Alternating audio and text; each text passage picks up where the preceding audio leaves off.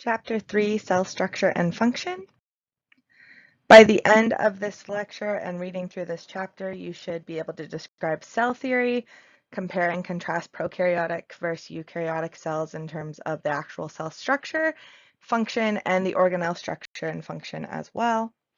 Describe the cell membrane and the cell wall and explain their unique purposes, and explain how solutes are able to cross the membrane using 3 different mechanisms. Okay, so we've mentioned this a little bit before, but we'll start with cell theory. And again, this is a scientific theory, so it's something that's never been proven false, essentially. And cell theory states that all living things are made of cells, and every new cell comes from the division of a pre-existing cell.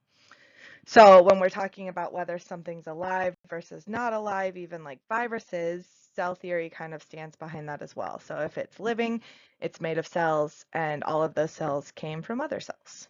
Okay. There's lots of different kinds of cells. Not all cells are alike. They come in lots of different shapes, sizes, and they have different functions depending on where they're found. And those different functions kind of mean that the cells look a little bit different and perform differently. You can see a few examples here. So we have smooth muscle like you would see in your small intestines, skeletal muscle, epithelial cells. So this is kind of like the inner lining, and this one specifically is the inner lining of your bladder. Fibroblast cells, which is in your connective tissue, fat cells, your adipose tissue, and then red blood cells or platelets. So if you looked at all of these different kinds of cells under a microscope, this is kind of similar to what you would be seeing, but obviously they all have very different functions, but they're all still made of cells. Okay, so not all cells are alike. There's lots of different ones, but cells indicate something living. So when we're talking about cells, they fall into 2 different categories. So they can either be prokaryotic, which usually when you're thinking about prokaryotic cells, they tend to be the more simple cells. A lot of times they're unicellular, which means that there's just one cell, but they can be multicellular.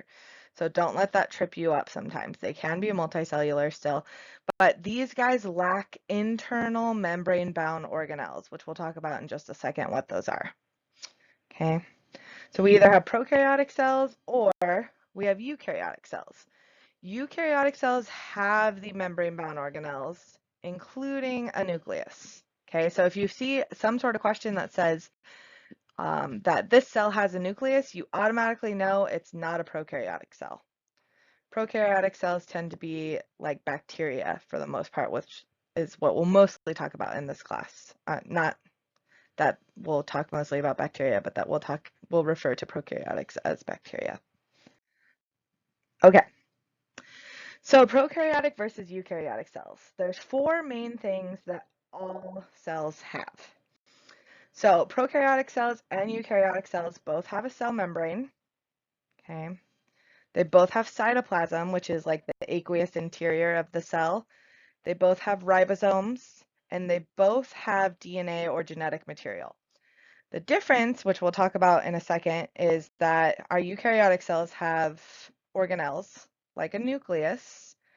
So for our DNA is housed in the nucleus of a eukaryotic cell, and a prokaryotic cell tends to be circular and free-floating. Okay, and we'll talk about that a little bit more once we get into DNA next unit, but keep that in mind. All living cells or all cells have these 4 things, and then the rest of it varies.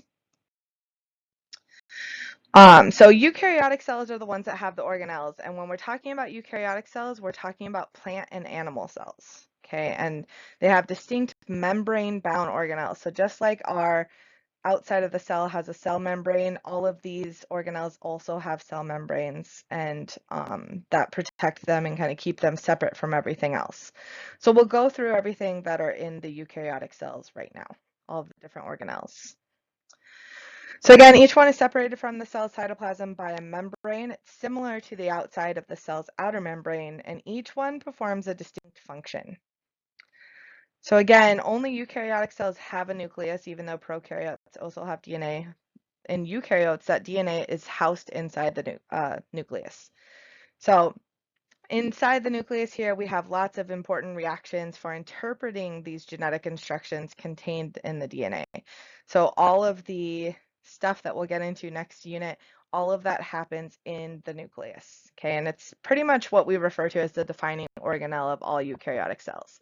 And again, it's separated from the cytoplasm by a double membrane known as the nuclear envelope, okay? And it kind of controls the passage of molecules between the nucleus and the cytoplasm, which is largely DNA. Okay. Yep. So double membrane made up of two lipid bilayers. We'll talk about cell membranes here at the end of this lecture, so you'll kind of understand what lipid bilayers are a little bit more. Up next, we have mitochondria. These are usually what we refer to as the powerhouse of the cell. Okay, both plants and animals have them. They have two membranes surrounding them. The inner one is really folded. So you have the inner membrane here, and it's kind of just like this maze of a network, and you have the outer membrane. And these guys are what help extract energy from food and convert that energy into some useful form. Up next, we have the endoplasmic reticulum. You'll hear it commonly referred to as the ER, and it's kind of an extensive network. It's like the plumbing or the pipes that serve as kind of a transport throughout the whole cell. So we have the rough ER, which is studded with ribosomes. Ribosomes are our little guys that make proteins, okay? And you could see the ribosomes in the mitochondria on the last slide as well. And then we have the smooth ER here, which is the site of lipid production. If you remember, we have fats are one of our, or lipids are one of our main molecules that also usually translate to fats. So our smooth endoplasmic reticulum is the one that's producing lipids, and then our rough endoplasmic reticulum is making proteins, and it looks rough because it's studded with all of those ribosomes. Now we have the Golgi apparatus. This guy processes and packages the proteins that were made in the rough ER with those ribosomes, and then it takes them, it puts them into like a little membrane vesicle, okay, and then those are put into the membrane vesicle or the transport vesicle, and they go on to their final destination, wherever that may be throughout the body, depending on what the protein is used for.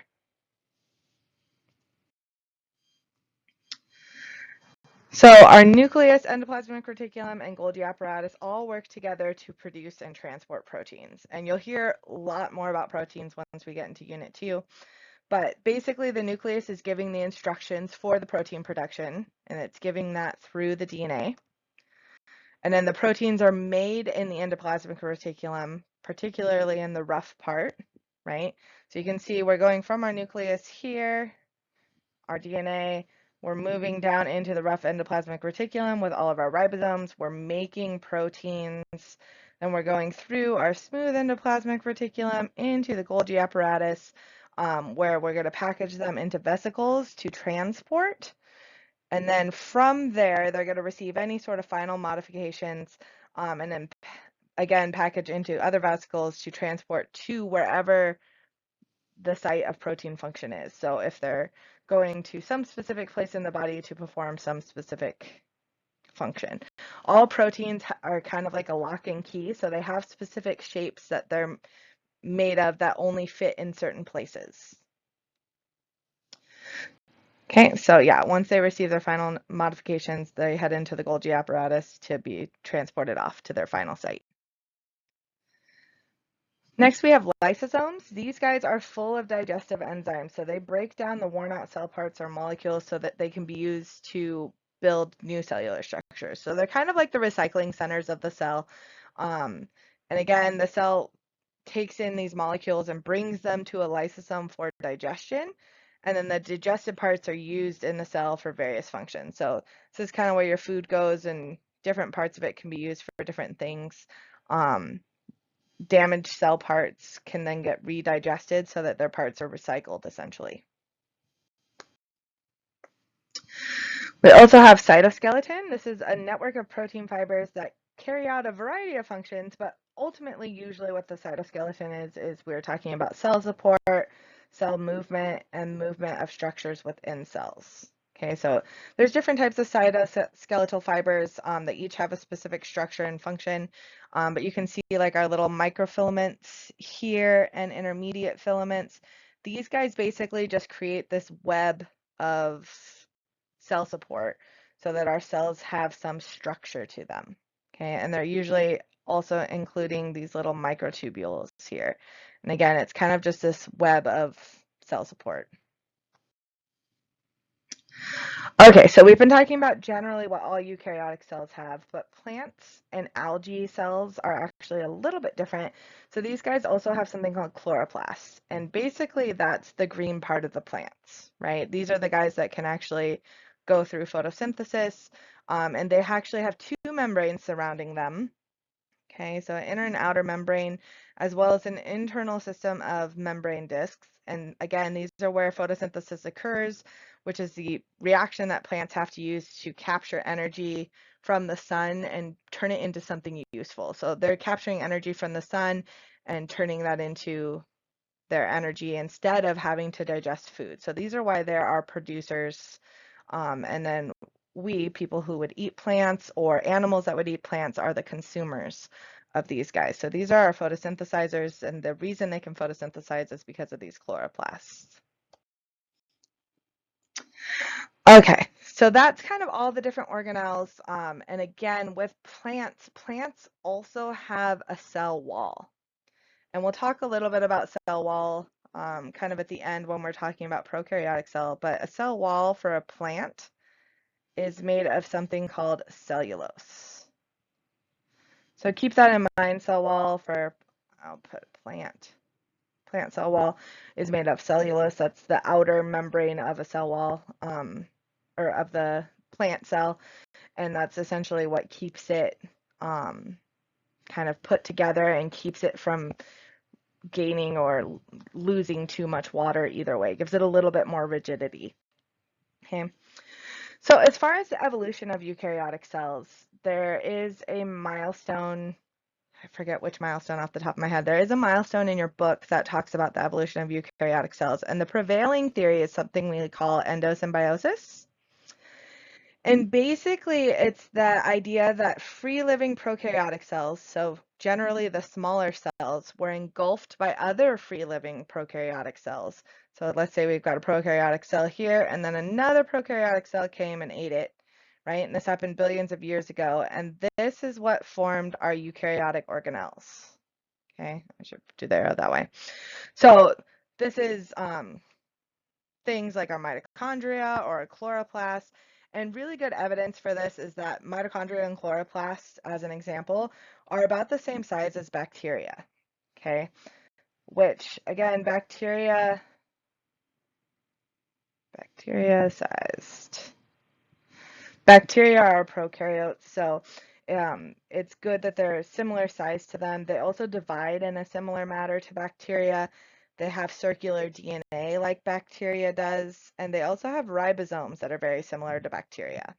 Okay, so that's all kind of good evidence for endosymbiosis. And again, basically, it's one small prokaryote eating another prokaryote and engulfing them, and that's when you get these membrane-bound organelles that we see in our eukaryotic cells. And that's why our eukaryotic cells tend to also be much, much larger. Okay, so going back to something that both cells share, so prokaryotes and eukaryotes all have a cell membrane. Okay, and a cell membrane is made up of what we call the phospholipid bilayer, and that has embedded proteins that form the boundary of all cells. So again, it's the boundary between the external environment and the cell cytoplasm, which is that gelatinous aqueous interior of all cells. And the cell membrane is made of partially hydrophobic and partially hydrophilic phospholipids.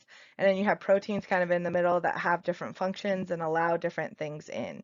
So because it allows certain substances into either side of the barrier, we call it a semi-permeable barrier, right? So it doesn't let everything in, it doesn't keep everything out. So we refer to these as semi-permeable membranes. You can call it a semi-permeable phospholipid bilayer. However you want to say it, if you see any sort of combination of that, it's just referring to the cell membrane. So our phospholipid bilayer, right, we've got a head here with little tails and then other tails and another head. So the hydrophilic heads here, these guys are the water-loving guys, right? So they're interacting with water on both sides. So you can see the water here, and then we have the cytoplasm in here. So those guys interact with the water. The hydrophobic tails are here in the middle, and those guys are keeping away from the water. They're afraid of the water. They don't want to be anywhere near it. Okay, so keep that in mind when we're talking about some of these other things, and we'll talk about how transport happens across cell membranes. And we're going to do that by focusing on something that your chapter also focuses on, which is antibiotics. And it starts off with our favorite wonder drug, penicillin. And this was developed by a biologist, Alexander Fleming, and he was the first to observe this fungus. The fungus is actually called Penicillium notatum. And he noticed that he had this in a little petri dish in 1928, and he noticed that this bacteria was actually killing off other bacteria in the petri dish. So he was the first one to discover an actual antibiotic. And an antibiotic is just a chemical that can slow or stop the growth of bacteria, which are our prokaryotic cells. Usually antibiotics are produced naturally by other living organisms, and a lot of times when we find antibiotics, it's by complete accident. We're not always looking for them. So example, penicillin, which I'm sure you all have heard of, is produced by Penicillium notatum. So antibiotics, what they do and how they work. We'll get into that right now. So basically, they only kill bacteria, but they do it without harming a human or animal host. So to do that, they have to target what's unique about bacterial cells. So bacterial cells, remember, are prokaryotes. I'll just abbreviate that by writing proK. So what is different about prokaryotes that eukaryotes do not have? Well, eukaryotes do not usually have a cell wall. Remember I said that plants do have a cell wall, but it's made of cellulose? Bacterial cell walls, and usually when we're talking about bacteria, again, we're talking about prokaryotes, these guys have a really rigid cell wall that's made of something called peptidoglycan. Okay. Peptidoglycan is just a polymer that's made of sugars and amino acids. It's linked together, and it basically allows bacteria to survive in a watery environment. So why is this good to know? Why does this bacterial cell wall made of peptidoglycan make antibiotics able to work on that, but not on any of our eukaryotic cells? Well, what happens with these antibiotics, and usually it kind of applies to all antibiotics, but especially penicillin. Antibiotics can work in different ways, but what penicillin does is it actually weakens the cell wall. So then what happens is those bacterial cells start filling up with water and burst due to something called osmosis. We'll talk about osmosis here in just a second and the diffusion of water. But osmosis is just the movement of water from one area to another, and it depends on concentration, which we'll talk about. But once penicillin weakens that cell wall, that's the thing that's rigid and keeps that bacteria from basically exploding. So once that happens and all that water rushes in, the bacterial cell walls just, or the bacteria burst, and it kills off the bacteria, and that's how antibiotics work. So you can imagine we've had some problems with antibiotics, even though they've also been great. They were considered our wonder drug. They became especially useful during World War II when we had lots of different bacterial infections. And essentially, if anything was happening with soldiers, it was really quick to be able to do out in the field and in hospital sites and stuff. And so we had a big wide-scale manufacturing of penicillin in the 1940s, and it became our new drug. Like everyone got penicillin for whatever was ailing them, basically. And again, antibiotics can target these prokaryotic cells, but bacterial cells can either be something called gram-positive or they can be gram-negative. And this essentially determines whether or not they have peptidoglycan cell walls. So a gram-positive bacterial cell is just referring to something, so this is what's called a gram stain. Gram stains are kind of like a purple color. And basically, if you stain it with the gram stain, if it retains that stain, then it's gram-positive. So it means that it has a cell wall with a layer of peptidoglycan, and that peptidoglycan is what actually keeps that purple color or that gram stain. If the bacterial cell is gram-negative, the cell wall layer of peptidoglycan is still there, but it's surrounded by this lipid membrane. And lipids are really hard. When you think of lipids, think of like fatty stuff, fatty acids.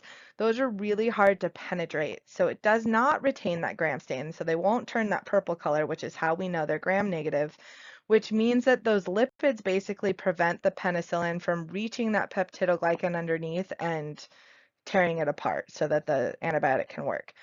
So we know that certain antibiotics like penicillin won't work on something that's gram negative because it can't target the cell wall. So we need other methods of killing bacteria. So we have certain ones that also interfere with prokaryotic ribosomes. So basically what this does is the antibiotic disrupts the ribosome function. And remember, ribosomes are the one making proteins. So once it does this, it basically means that no protein will be formed. And so that synthesis is interrupted, but it leaves the eukaryotic ribosomes unaffected. So there's other antibiotics like this, like streptomycin, which you've probably heard of, and these guys do essentially the same thing that our penicillin is doing, but they're just doing it in a different way. So you can either be interfering with the protein synthesis by attacking the ribosomes, or you can be attacking the cell wall. Okay, so how do we get these antibiotics to cross the membrane? Again, we're targeting that cell wall so that we can get through it to get into the actual cell. But the way that water, liquid, different proteins or solutes move across membranes depends on the concentrations. Okay, so the first way that this can happen is something called simple diffusion. So simple diffusion means that you can move small hydrophobic molecules, so ones that are kind of afraid of water, across a membrane, but it can only go from a high concentration to a low concentration, right? So in general, things want to move from high to low. It's really hard to move back from low to high, and we'll talk about that in a second. But simple diffusion just means that you're moving from a high concentration to a low concentration. And so we're moving these molecules out here into or through the phospholipid bilayer membrane into a lower concentration. So they just simply diffuse. Larger or hydrophilic molecules, so our water-loving molecules, if they are needed to survive, they have to move across the membrane by something called transport proteins. Okay, so these are embedded in the membrane, and basically it's still moving from high to low concentration, but now you have the help of a membrane protein that's specific for the molecule being transported. So remember I said proteins are really specific, they're like a lock and key. So are these membrane proteins that have to move from the outside to the inside of the cell, or possibly from the inside to the outside as well. But the only way that they can move out to in is if they're going high to low through facilitated diffusion using transport proteins. Now we also have active transport. So active transport is the only one of these that actually requires energy, because now we're going from a low concentration inside the cell to a high concentration outside the cell. So these are also tend to be large molecules, also probably still hydrophilic, and basically they're going from low to high. So it requires some movement, or that movement requires some energy to be able to pump those molecules against the gradient. So again, we need the help of transport proteins, but now we also need that added energy to pump against the gradient and go from low to high. And just really quick, talking about bacteria versus a virus, we're talking about antibiotic resistance as well. And antibiotic resistance happens for a few reasons, right? One is overuse. So this is like if you go to the doctor and let's say you have the flu or you have coronavirus. If they prescribe you antibiotics, will that work? So let's talk about the difference between bacteria and viruses. Bacteria are prokaryotic cells, and what are viruses? Viruses aren't made of cells, right? So because they're not made of cells, they can't be killed by an antibiotic. Antibiotics, again, target that peptidoglycan cell wall. So if viruses don't have that and they're not made of any cells that have that, then they can't be killed by any sort of antibiotic. So viruses are the ones that cause colds, flus, COVID, and bacteria are the ones that cause, I mean, they can cause all sorts of different things. But you might have a bacterial infection, you might actually get sick, depending on what sort of bacterial infection you have. That depends on what kind of antibiotic you would be prescribed. But antibiotic resistance happens because we have a big overuse. So if you ever go to the doctor with the flu or a cold and they prescribe you an antibiotic, you should absolutely talk to them about it, because you should not be taking an antibiotic for any sort of virus. Because what that does is it introduces your system to that antibiotic, and basically you start developing resistance to it. And the same thing happens with misuse. So if you're prescribed antibiotics and let's say they give you a cycle of a 14-day use for an antibiotic, if you only use 10 of those days because you start feeling better, that misuse also leads to resistance. Okay. And basically what happens is now you've made these like little super cells that have been exposed to the antibiotic, but you didn't quite kill them off because you didn't go through the whole phase. So now they've been exposed and they've like gained strength, and they're going to start multiplying again with now these little super cells that are all resistant to that antibiotic. So when you go back to get antibiotics for that bacteria, it's no longer going to work. And this is what's happened a lot with like things like penicillin, which is why penicillin doesn't work for a lot of people. Some people also are allergic to it. But all of these things lead to resistance. And we'll talk about antibiotic resistance quite a bit throughout this class, but keep that in mind, that those are the differences between a bacteria and a virus. Okay, so when you guys do your chapter 3 class activity, it is focused, and your lab as well this week actually, both of them are focused on cell membranes and how you're moving solutes across a membrane. So remember, we have a solution, right? So like if we're talking about salt water, our solution would be the water, and our solutes are the salts, right? So like Na and Cl, positive and a negative. And combined, they make a solution of salt water, right? And we mix together really well. So when we're talking about solutions, we have 3 different types of solutions. So we can have hypotonic, and this is when we're talking about something called tonicity. Okay, so we can have hypotonic, hypertonic, or isotonic. So this is always referring to the tonicity of the cell compared to the solution. Okay, so hypotonic means that we have a lower solute solution. And I'm going to abbreviate solution like this. Hypertonic, so hyper like lots, right? So that means we have a higher solute solution. And iso means same. So if we put, let's say, a cell into a solution, so the circle is the cell, the square is the solution.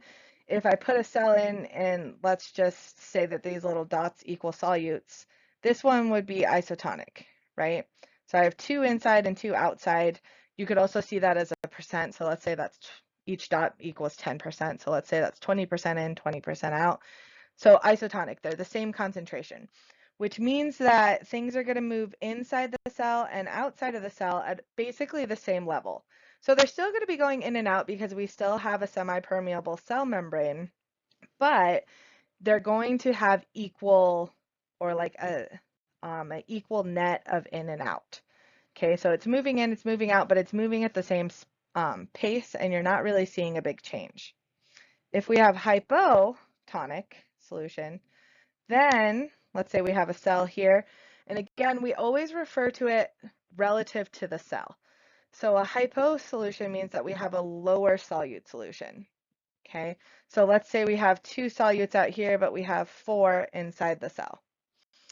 So basically, the whole goal of the cell is to be equal to the solution outside of it.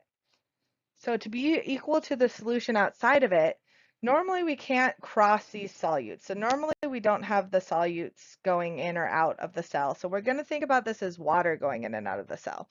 So if we have a cell that has more solutes in it, we're in a hypotonic solution. And basically what happens is the water is going to rush into the cell and cause the cell to get bigger so that that concentration of solution is now equal to the inside of the cell as it is outside of the cell. Okay, so hypotonic, we swell, we get bigger. Okay, the cell. Sorry, I know this is handwriting is bad. Okay, now we're in a hypertonic solution. So now we've got a higher solute solution. So let's say our cell only has 2 solutes, but outside we've got 4. So what would happen to the water here? Now the water is going to leave the inside of the cell. It's going to go outside to try to equal and balance them out. So we're going to lose water here and we're going to shrivel up. The cell will shrivel up. So that's what happens here and when you're in different kinds of solutions.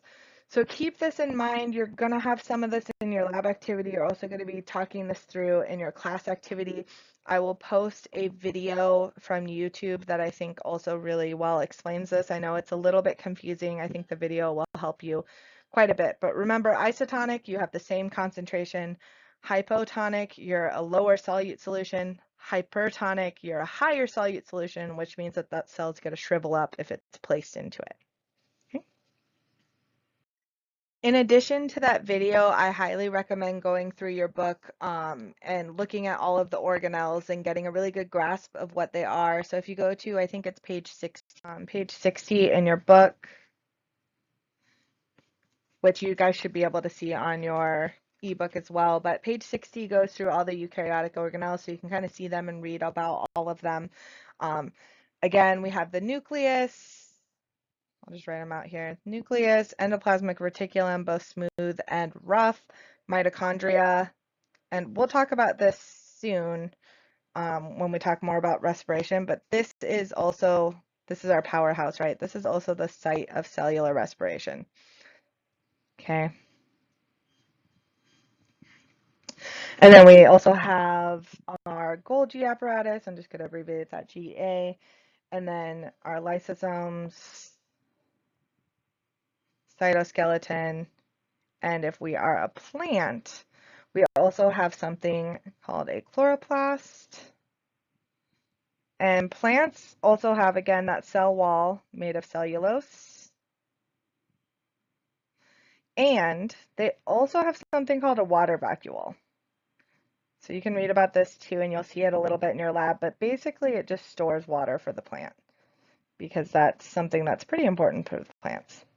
Okay, so be sure that you take a look at this in your book and really understand it, since it will be on quizzes and exams. It will, all of this lecture, especially this stuff, will also help you get through your lab this week.